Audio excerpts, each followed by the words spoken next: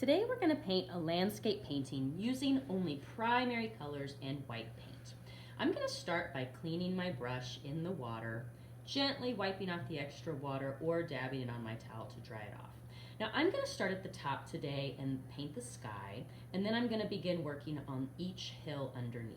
So for my sky, I've decided I'm going to paint it a light blue. So I'm going to be mixing some white and blue together to create my sky. So I'm just going to very gently start with the lightest color, which is white. And I'm being careful not to scrub my brush. I shouldn't really hear my bristles as they paint the paper. If I can hear the bristles making a sound, it means either my brush is dried out and I need more creamy paint, or it might mean that I'm pressing too hard. Now, once I have a little bit of my white paint on my paper, before it dries, I need to go in and add some blue paint. So I'm just going to rinse my brush a bit so that I don't get any white paint in the blue paint, dry it off so none of that water gets in there. And then I'm going to take just a small amount of blue and dab it in my sky and then blend it together. Now, if your white paint has already started to dry a bit, you can always use a little bit of plain water to help your colors blend. And I'm just going to keep on going, blending my colors and adding a little bit of water when I start to hear my bristles making too much noise, until my sky is all filled in.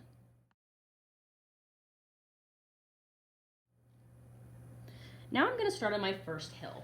I've decided that I'm going to make this hill green, so I'm going to clean my brush really well. And I know that I need to mix yellow and blue together to make green. And yellow is the lighter of those colors, so I'm going to start with some yellow paint. So I'm just going to start painting this in. And I'm trying not to mix my yellow paint into my sky color. So I'm being a little bit slow and careful when I get to the edge, so that I don't have them mixing. I want that to be kind of a crisp, clean line right there. Now I know that if I add a lot of blue, it's going to make a blue-green color. I know that if I only add a little blue, it's going to make a yellow-green color. So I'm just going to go ahead, I think I'm going to do, just a little bit of blue today. I want it to look kind of like a springtime green picture. And then I'm going to blend it together. Once again, adding a little water if I need to. And I can always add more blue paint in if I want, but I can't take it away. So it's a good idea to kind of try to stick with just little amounts of color and then add more if you want to. Now, one more thing I'm going to do that I think really makes a nice difference on these landscape paintings is I'm going to clean my brush once I have my color all mixed in. And I'm going to get just a little bit of white, and I'm going to blend it in on the top of my hill. So what this is going to do is it's going to make it look like the sunshine is shining down on top of the hill and making it brighter. And then the bottom part will look a little darker, like it's in shadow.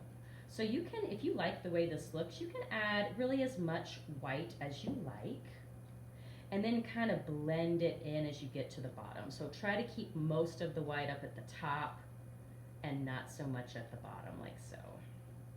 And it kind of makes your hills look a little bit more three-dimensional.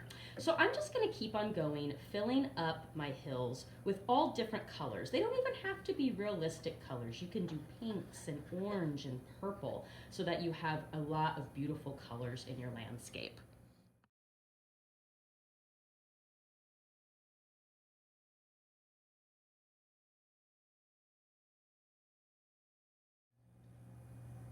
If you don't want all of your hills to appear smooth, I do have a few ideas for giving your hills a little bit of texture.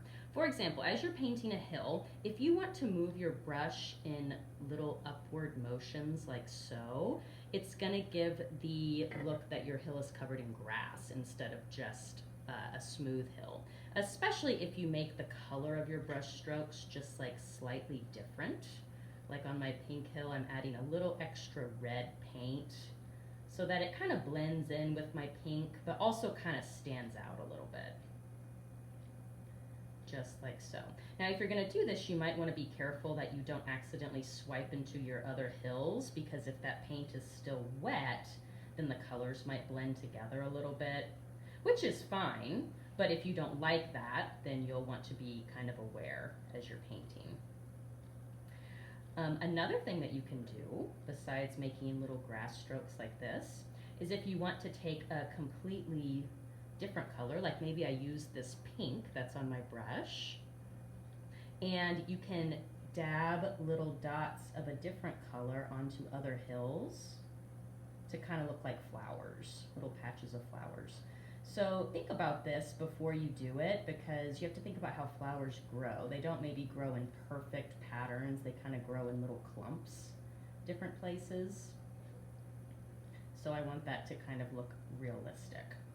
So you don't have to do grass and you don't have to do flowers, but if you want to, if you want these to look a little bit more textured and have more detail, that is an option for you. When you are happy with the way your hills look and all the colors that you've included, we're going to leave our paintings to dry.